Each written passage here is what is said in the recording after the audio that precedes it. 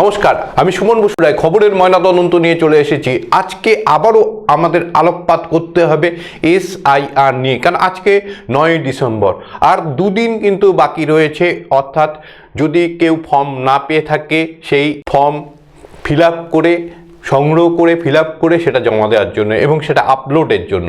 অর্থাৎ এই যে শেষ মুহূর্তের যে প্রস্তুতি সেটা কিন্তু অত্যন্ত গুরুত্বপূর্ণ এবং ইতিমধ্যে নির্বাচন কমিশন সূত্রে জানা গেছে প্রায় 60 লক্ষ নাম ইতিমধ্যে কিন্তু বাদ গিয়েছে, কারণ তাদের বিভিন্ন যে তথ্য সেগুলি কিন্তু হয় পূরণ হয়নি, অথবা যদি দেখি তাহলে মৃত ভোটার রয়েছে প্রায় 25 লক্ষের মতো।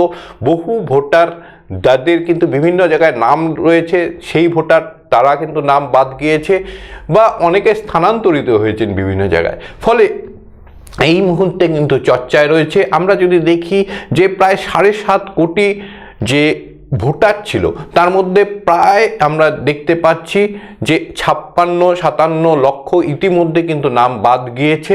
অর্থাৎ সংখ্যাটা এই মুহূর্তে 7 কোটির নিচে নেমে গিয়েছে। এবং আমরা যদি দেখি সবচেয়ে তাৎপর্যপূর্ণ বিষয় এবং যেটা নিয়ে অনেক আলোচনা হয়েছে যে পশ্চিমবঙ্গের বিধানসভা নির্বাচনের আগে এই এসআইআর প্রক্রিয়া করতে গিয়ে একটা অসঙ্গতি কিন্তু ধরা পড়েছিল। কি অসঙ্গতি?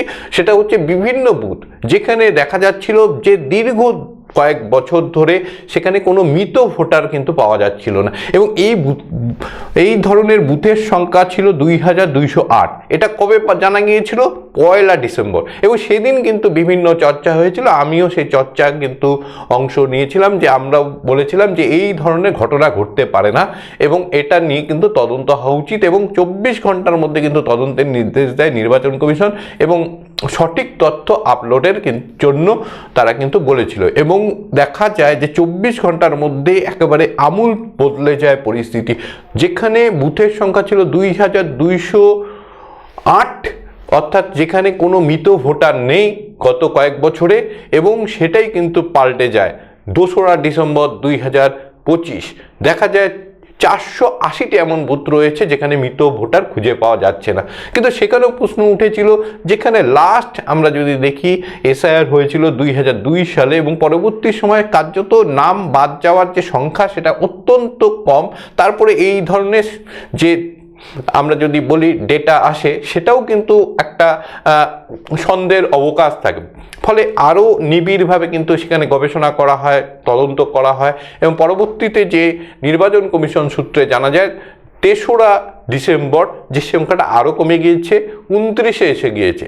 এবং তাতেও কিন্তু প্রশ্ন করা হচ্ছে এই 29টা বুথে কি সত্যি এমন কোনো ভোটার নেই যার নাম বাদ যাওয়া উচিত, যেহেতু সেখানে মৃত ভোটার থাকতে পারে। এবং সেখানে কিন্তু আবার তদন্ত করা হয়, সেখানে দেখা যায় সংখ্যাটা আরও কমে গিয়েছে। অর্থাৎ 4ঠা ডিসেম্বর সংখ্যাটা 7-এ গিয়ে দাঁড়ায়।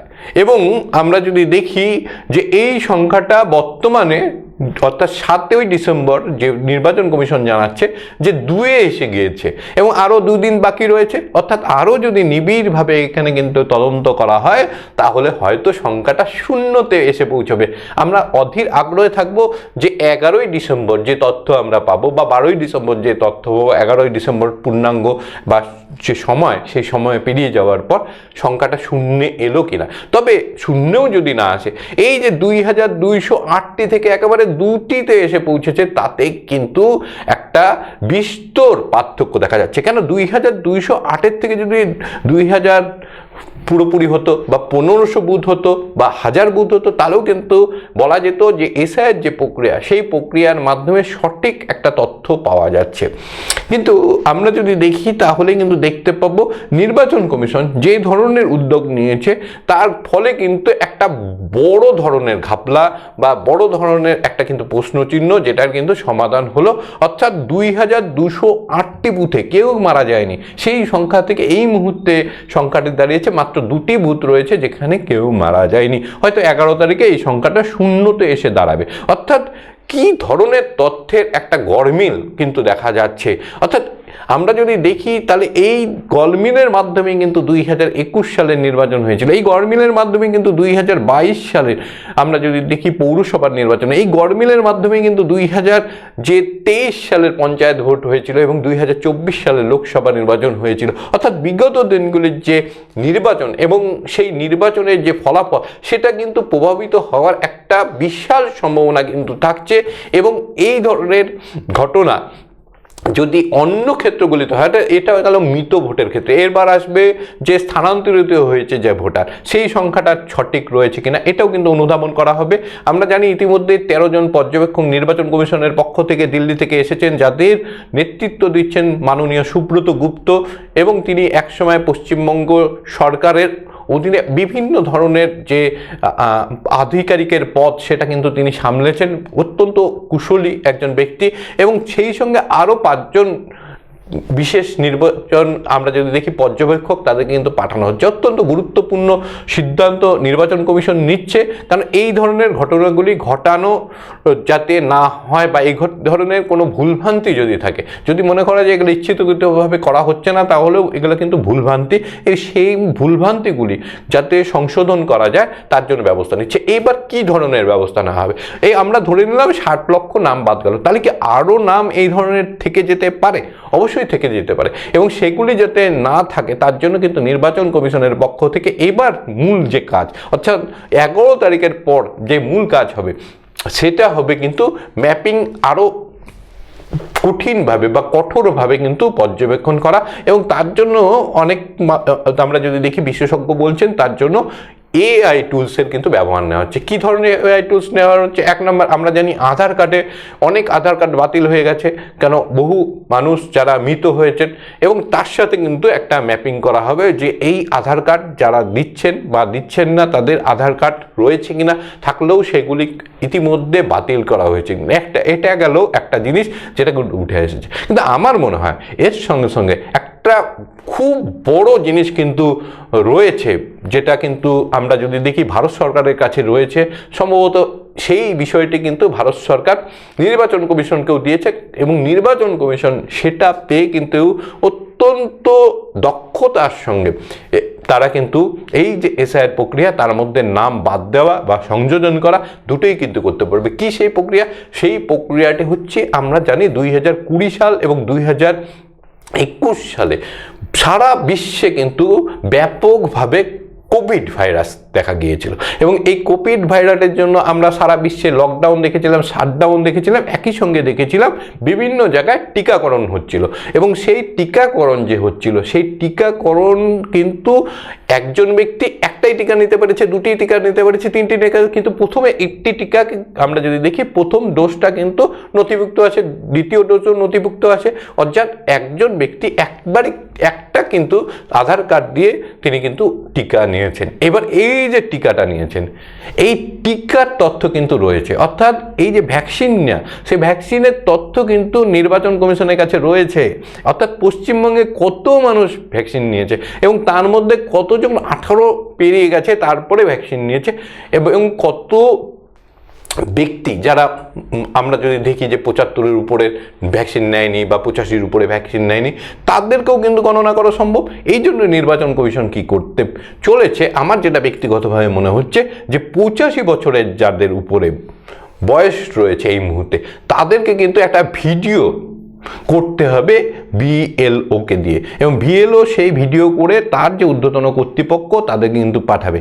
অর্থাৎ সেখানে কিন্তু তিনি যখন যাচ্ছেন এবং তিনি ভিডিও তুলছেন, এবং সেই ভিডিও ব্যক্তি যিনি 85 বছর হয়েছেন তার বক্তব্য যখন চলে আসছে ভিডিওর মাধ্যমে, তখন কিন্তু পরিষ্কার হয়ে যাচ্ছে হ্যাঁ এই ব্যক্তি রয়েছেন এবং তার ভোটার তালিকায় নাম থাকা বাঞ্ছনীয়, কিন্তু যারটা দেখানো যাবে না তার নাম কিন্তু বাদ যাওয়ার সম্ভাবনা রয়েছে। অর্থাৎ একটা গুরুত্বপূর্ণ সিদ্ধান্ত কিন্তু নির্বাচন কমিশন ইতিমধ্যে নিয়েছে। আর এই সিদ্ধান্ত দেখে আমার মনে হচ্ছে যে নির্বাচন কমিশন কিন্তু যে ভ্যাকসিনের তথ্য রয়েছে সেই তথ্য কিন্তু তারা সংগ্রহ করেছে, এবং তথ্য দেখে কিন্তু মিলিয়ে নিচ্ছেন তারা। যদিও এ বিষয়ে কিন্তু কোনো সরকারি পুষ্টি হয়নি, কোনো টেলিভিশন চ্যানেলে হয়তো এই বিশ্লেষণ আপনি দেখেননি, যেটা আমি বলছি এটা আমার মনে হচ্ছে বা আমি যেটা জানতে পারছি যে এই ধরনের কিন্তু একটা কিন্তু এআই দিয়ে একটা তথ্য যাচাইয়ের কাজ চলছে এবং এই যাচাই কিন্তু একেবারে নির্ভুল যাচাই হওয়ার সম্ভাবনা রয়েছে। ফলে একজন ব্যক্তি যিনি কিন্তু ভ্যাকসিন নিয়েছেন তার তথ্য রয়েছে, যিনি ভ্যাকসিন নেননি তার তথ্য না থাকতে পারে, কিন্তু যিনি ভ্যাকসিন নিয়েছেন তার তথ্য কিন্তু পুঙ্খানুপুঙ্খ থাকবে। ফলে তার নাম সঠিকভাবে এক জায়গায় থাকা এবং সেটা লিপিবদ্ধ হওয়ার একটা সুযোগ কিন্তু নির্বাচন কমিশনের কাছে রয়েছে এবং সেটাকে যদি অ্যাপ্লাই করেন তারা এবং এআই ম্যাচিংয়ের মাধ্যমে যদি সেই তথ্য সঠিকভাবে তুলে ধরা হয় তাহলে কিন্তু আরও অনেক নাম বাদ যেতে পারে এবং সেক্ষেত্রে 1 কোটি নাম বাদ যাওয়া কোনো বিস্ময়ের ব্যাপার হবে না, যেহেতু আমরা দেখেছি মৃত ব্যক্তিদের যে নাম সেটা বলা হচ্ছিল যে পূর্ণাঙ্গ একটা রিপোর্ট আসতে চলেছে। সেই রিপোর্টটা 1 তারিখে প্রকাশিত হয় এবং 1 তারিখে জানা যায় যে 2208টি বুথ এমন রয়েছে যেখানে একজনও মারা যায়নি। আর তারপরে কিন্তু প্রশ্ন ওঠে, বিভিন্ন সংবাদ মাধ্যম সংবাদ পত্রিকা প্রশ্ন করেন 2002 সালের যে এসআইআর হয়েছিল তারপর থেকে অনেক বুথে কিন্তু নাম বাদ যায়নি যারা মৃত ভোটার, অর্থাৎ সেই যে একটা 20-22 বছরের গ্যাপ, অর্থাৎ তাতে কি করে সম্ভব যে একজনেরও নাম বাদ যাবে না বা একজনও সেইখানে মৃত হয়নি। এবং বিরোধী দল বা অনেকেই মজা করে বলছিলেন আমাদের সেই বুথগুলি বলা হোক, আমরা সেই বুথে চলে যাব, সেই বুথে গিয়ে কিন্তু আমরা বসবাস করব, তাহলে আমরা অমরত্ব পাবো, আমাদের মৃত্যু হবে না।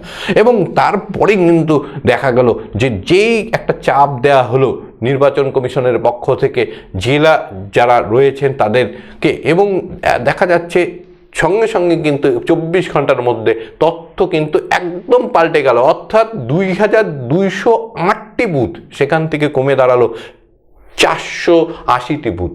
এবং তারপরেও কিন্তু নির্বাচন বলছে এটাও কিন্তু সঠিক তথ্য না হতে পারে, সুতরাং আরও গভীরভাবে পর্যবেক্ষণ করা হোক এবং সেই পর্যবেক্ষণে 29টি বুথ পাওয়া যায় আর পরের দিন, অর্থাৎ 72 ঘন্টার মধ্যে 2208টি বুথ থেকে মাত্র 29টি বুথে এসে দাঁড়ায়। এবং পরবর্তী সময় আমরা জানতে পারছি 7ই ডিসেম্বর যে তথ্য সর্বশেষ এসেছে তাতে মাত্র 2টি বুথ এরকম রয়েছে যেখানে কিন্তু মৃত ব্যক্তির সংখ্যা পাওয়া যায়নি।